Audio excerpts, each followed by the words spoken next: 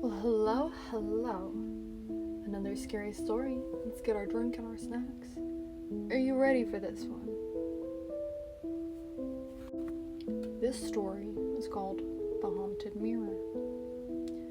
Claire had always been fascinated by antiques, the allure of old objects with mysterious histories, drawing her in like a moth to a flame.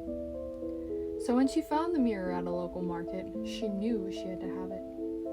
The mirror was beautiful, its ornate frame carved with intricate swirling patterns that seemed almost alive, shifting and changing when she glanced away.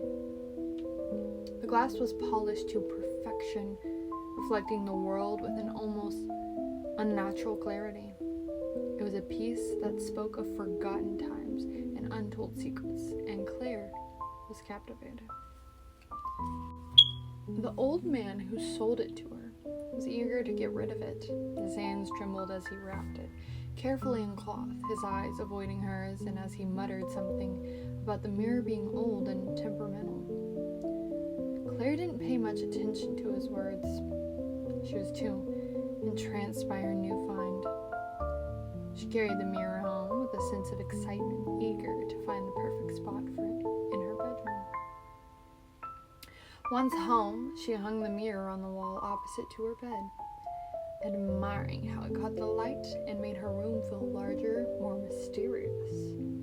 She stood in front of it, admiring her reflection, pleased with how the mirror seemed to enhance her features. But as she turned to leave, she thought she saw something move in the background, just a flicker like a shadow passing quickly out of view. She shook her head, telling herself it was her imagination, and went on with her day. That night, as Claire got ready for bed, she couldn't shake the feeling that something was off. The mirror seemed to draw her attention, pulling her gaze towards it, even though she tried to look away. She caught glimpses of things that shouldn't be there, dark shapes lurking in the corners of a room, faces that weren't hers staring back at her, their expressions twisted and unnatural. She tried to dismiss it as fatigue, but the unease lingered, making it difficult to fall asleep. Over the next few days, the strange occurrences only grew worse. The mirror's reflections became more disordered, more unsettling. Claire began to see her deepest fears play out in the glass. Visions of almost being lost in a dark, endless void of faceless figures reaching out to drag her down to the shadows. The mirror seemed to taunt her, showing her things that she never wanted to see, things that left her feeling cold and hollow. Then came the night. Everything changed. Claire was brushing her hair in front of a mirror, trying to ignore the prickling sensation of being watched, when she noticed something strange. Her reflection wasn't moving in sync with her. She raised her hand, touched her face, but the reflection did not mimic the action. Instead, it stood there, still as a statue, staring back at her with a smile that sent chills down her spine. The smile was wrong, too wide, too knowing. It was a smile that didn't belong on her face. And then the reflection began to move on its own, slowly, deliberately, raising its hand to press against the glass. Claire's heart pounded in her chest as the room grew cold, the temperature dropping so rapidly that her breath misted in the air.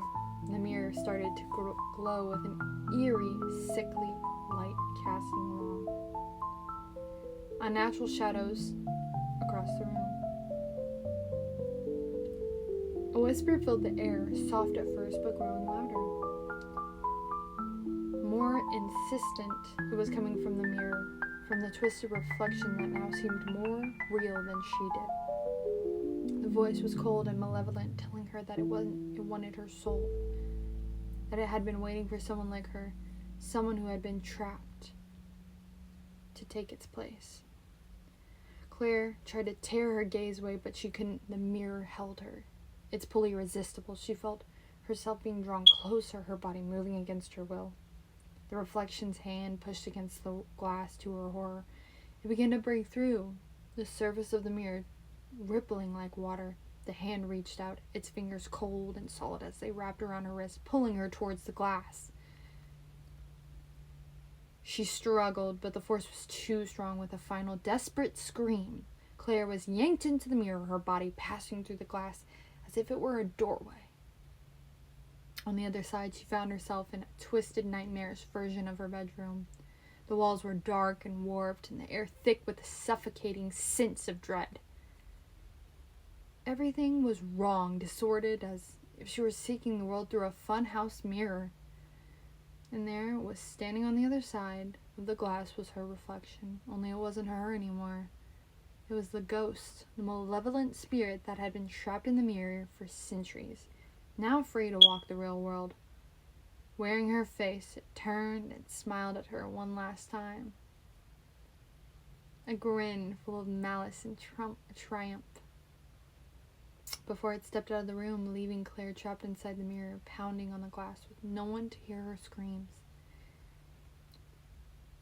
The next morning, Claire's family noticed a change in her. She was quieter, movements a little too precise, her smile a little too wide. They dismissed it as fatigue or stress, never suspecting that the girl they saw was not their daughter, but a spirit that had taken her place. The haunted mirror remained in her room, its glass now dark and lifeless, waiting for the next unsuspecting soul to look into its depths and fall victim to the curse within. Well, that's the end of our story.